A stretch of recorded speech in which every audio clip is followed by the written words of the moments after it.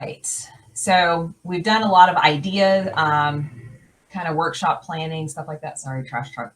Um, with the Mad Libs and whatnot. So hopefully you've got in your head your idea, what you want your message to be, what you want your propaganda message to be. Uh, I did an example of text, putting text on a path last week, and taking an image from the sites that I have put in your course, doing an image trace. And then today we're going to play around with some opacity masks. Opacity masks, I can never say that word the same way twice, to make it look old. So the whole goal here is that we are creating a vintage look. All right. So in looking at some of the poster examples, we identified different types of text from those eras. And now we're going to take it all, put it together, and make it look like it's weathered and old. So let's start with that. Y'all ready?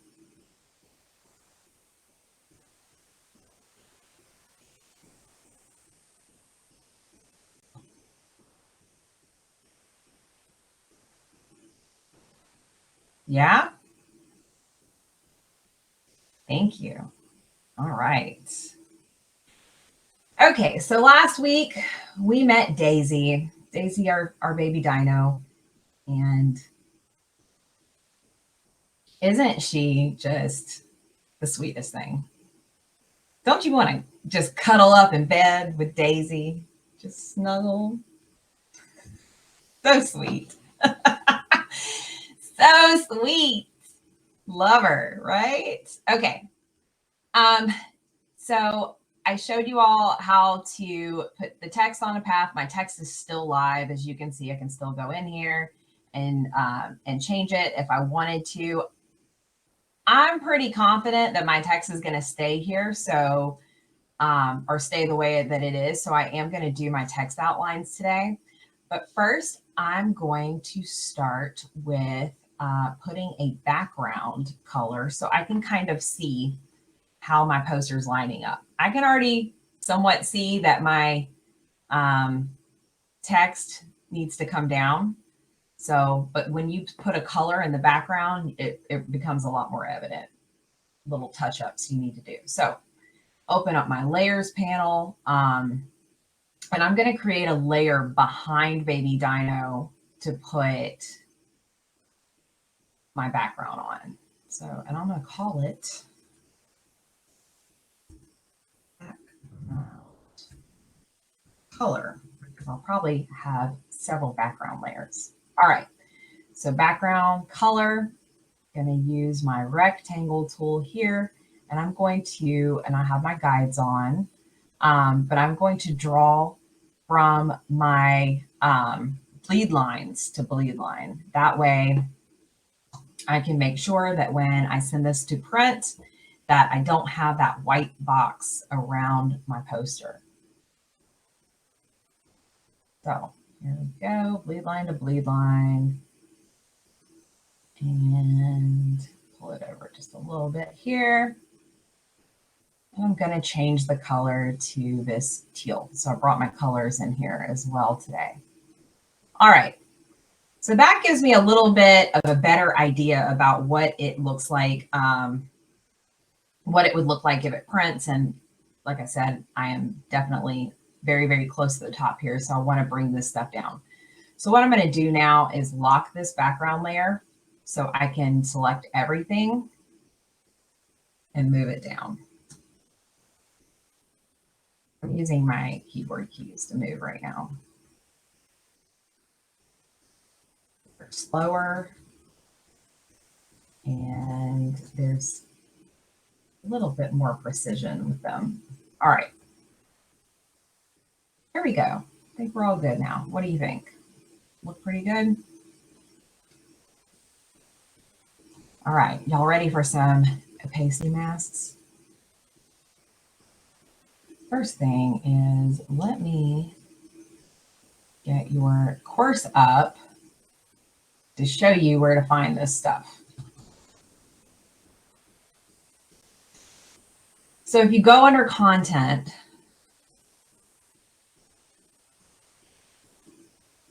down here at the bottom, I've put some resources for you: free fonts, free PNG and vectors, and then how to vintage style and style text and images. So there's tutorials about typing on a path, and then tutorials about doing opacity masks, as well as free textures for your opacity mask that I put in there. And then also a grain scatter brush, which I'll show you in a bit, and then like how to install one. All right, so make sure you're checking there if you need more, I guess, guidance at 2 a.m. about how to do some things. Okay. Put some videos right there for you. All right, so I'm going to keep this locked. The first thing I'm going to do is I'm going to put an opacity mask on my baby dino.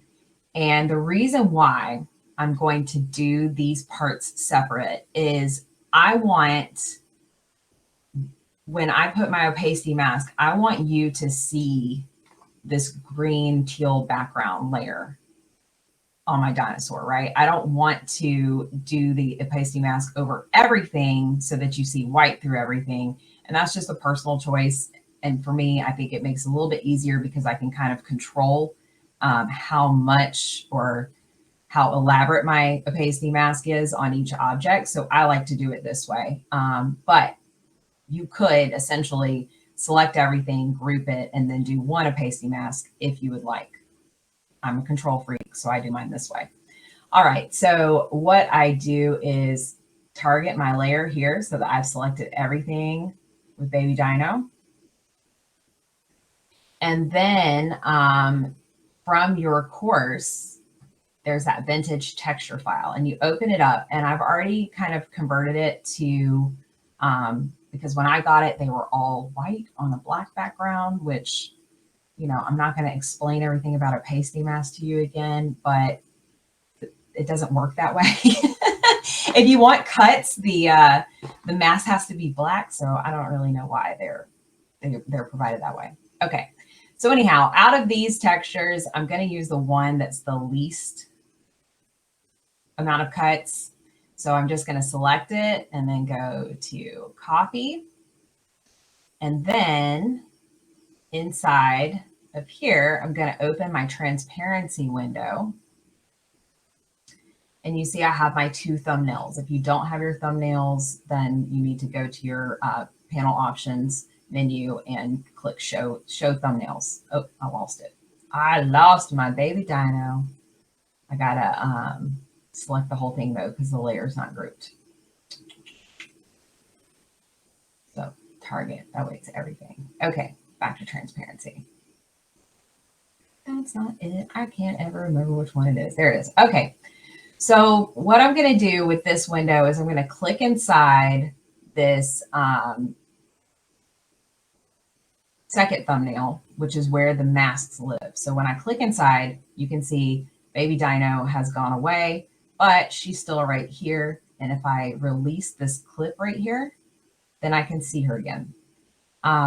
What I want to do while I'm activated in this thumbnail is paste this opacity mask.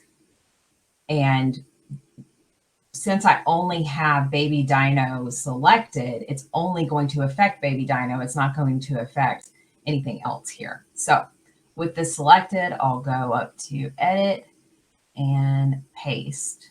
And you see my mask or my texture is over here.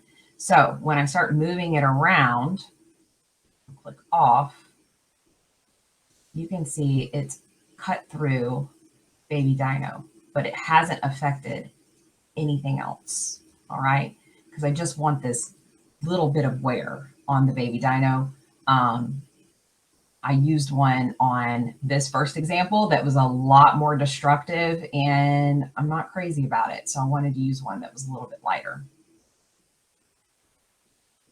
All right, so there's Baby Dino. If I want to alter the mask, I can just click, oops, and select it. I can resize it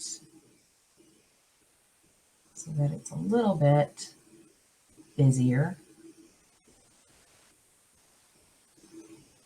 All right.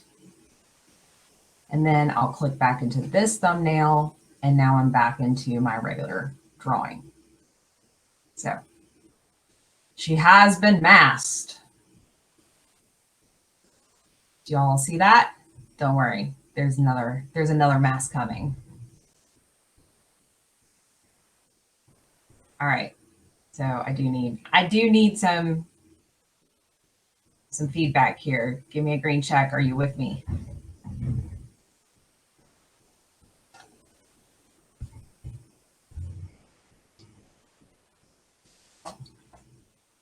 One person? One person's with me?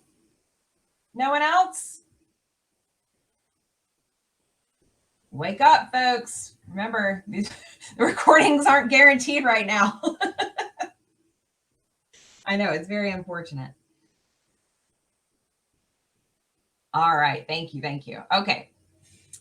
So next what I'm gonna do is make an opacity mask on my background. So on that green background. So what I'm gonna do is unlock it. First of all, I'm gonna lock up my other layers just so that they will stop lighting up when I go over them. So click here to target the background. And then I'm going to go into my transparency panel. See, there's my background. If I click make mask, and I'm in here, undo clip so that it's showing. Then I'm going to go over here in my vintage texture file. Like I said, it's in your course. I didn't know no one cares. Well, that's revealing. I'm just kidding. So I'm going to go in here and I'm going to shop for a texture. Which one do y'all think I should do? I really dig this one. It looks like bricks, but that might not be the best choice here. We'll list them by numbers. 1, 2, 3, 4, 5, 6, 7, 8, 9. Pick a texture. Number 1.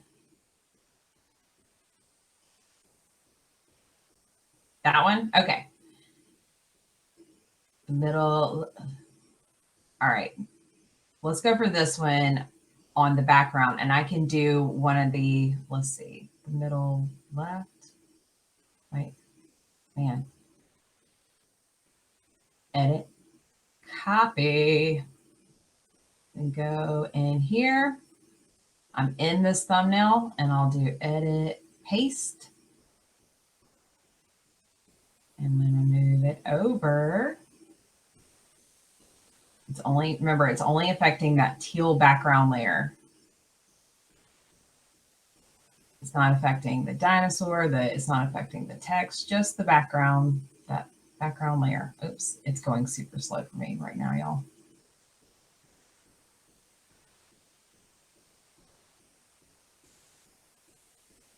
All right. Okay, so this one was pretty destructive. Let's see, how did it turn out? All right, so you can see all the holes that it has now made in that teal background layer. So I click back into this thumbnail to get out of the transparency. So what I want to do here, and this is all going to depend on your style. The white showing through is fine. I would like this to have, though, more of like a burnt look to it. So I'm going to add another background that's going to be behind this one. And so in these holes that I now have, you'll see what's underneath instead of just the white artboard. So in my layers panel, I'm going to create a new layer. I'm going to make sure it's behind background. And I'm going to call it background 2. All right. And so in background 2, make sure it's selected. I'm going to draw a new rectangle. And I'm going to change the color to something dark. And so now my holes show that color instead of the white artboard. So that's an option you could do.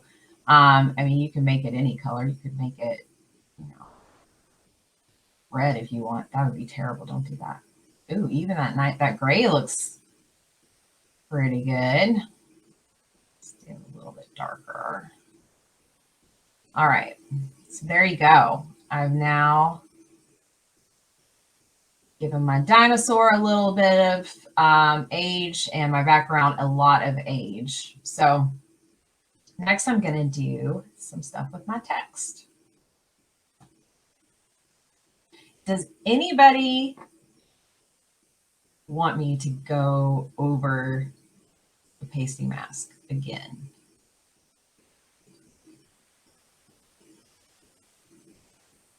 I'm going to do one on the text too, but just making sure I didn't just do two in a row and you're like, what did you do? Okay. Speak up if you need it, all right? Okay, so right now my layers are locked, so it's not gonna let me do anything. So I just need to unlock my text layer. And when I target this layer, all of my text is live, which is fine. But I definitely not just suggest, it's in your grading. You have to turn everything into text outlines. Especially in projects like this, where I've told you you need to go out and you need to find vintage fonts. Most likely we're not going to have the same fonts. So yeah, once your text is in place and you like the way that it's set up, go ahead and go up to type and do create outlines. And so now my text are objects, which is awesome. Another thing that I'm going to do, I'm going to change the color and then I'm going to group these, because when I go to do the opacity mask on the text, I want to treat the text as a whole instead of two different pieces. Okay, so first we're going to add some color. What do you think? The top red? Ooh.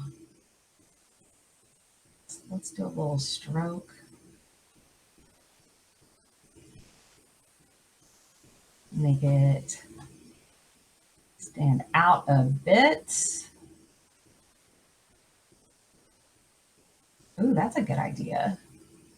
Should I go stark white or like my neutral white over here? Let's try this. Let's see. And then no. Hold on. Go slow. Go slow, Brittany. Okay, there we go. I keep changing it, and I'm not sure why. Oh, I know why. So, okay, I'm picking, this is what I'm doing. Sorry, y'all. I'm picking a color over here with my color picker.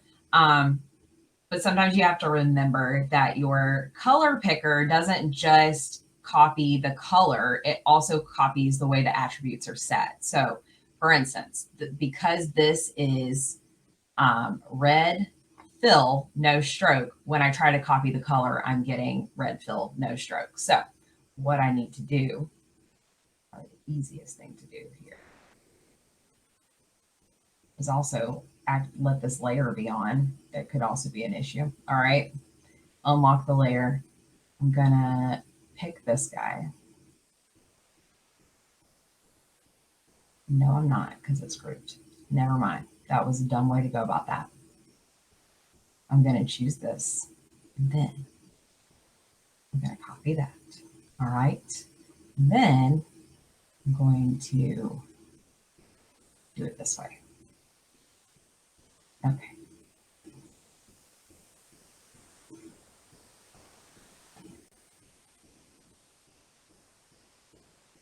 There we go. Oh, I like that. That looks nice. All right, so bottom row. Oops. What did I do? I think my hand keeps hitting the keyboard. Bottom row, what do y'all think? Fill, stroke. What color should I go with here?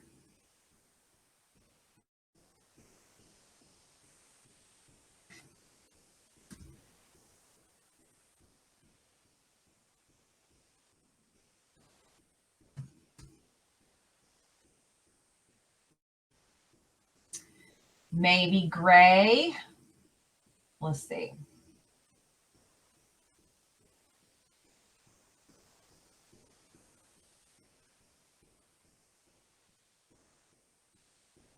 That blends in a little bit. Let's put a stroke on it. See, anytime your stuff is fading, just stroke, drop shadow. All of those work. All right, let's see. Put up a little bit. Still kind of blends in a little too much. All right, let's see. A little lighter gray, maybe.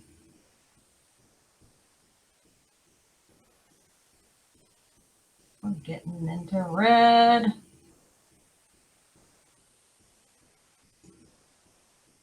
It still stand to be a little bit lighter.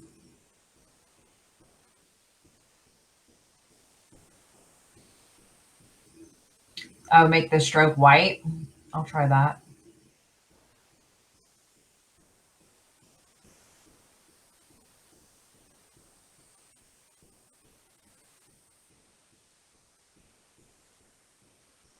That'll work for now. I'm thinking what I probably will do is open my appearance panel.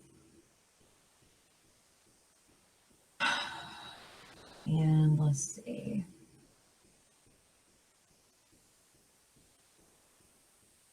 Do I want to? I don't even feel like it's not even selected in there, is it? I haven't used this in a minute. I'm gonna. There we go. Okay, and I'm gonna put a black stroke. I think that's going. No. Okay, so I'm gonna add another stroke.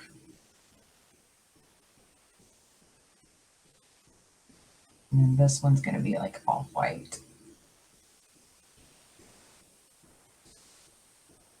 Oh, select it to affect it, y'all. Man, breaking my rules over here. Okay. Now let's do 2 points of white and 4 points of black and see how that looks. What do you think? Makes it stand out a little bit better, right? Okay. So now I'm going to select both of these, holding shift, and go up to object, group. And so now my text is one grouped object. All right, close that panel. Open my transparency panel here. Click inside or double click, or you can just click make mask, either way. Do the unclip. And now let's find a texture. Okay, I'll look at that. Okay, so what about this crackly one? I haven't used this one on text before. Let's see what it looks like. So let's see, copy, poster, practice, inside of that thumbnail, paste. So here's what I'm thinking.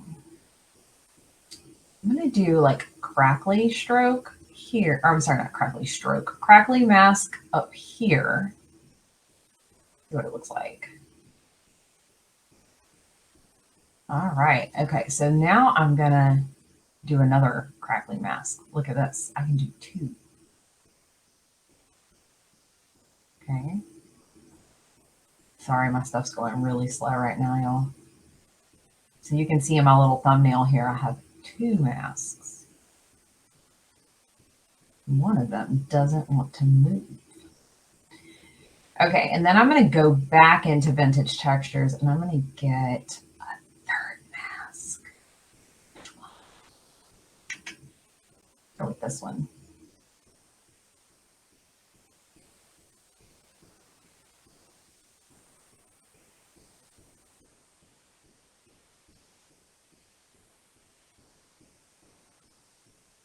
I am layering my masks. Check it out. So you can see I got the little bit of the crackle here, and I got the other other one, which didn't do a lot to the A. So maybe I drag it to where it's a little more dramatic.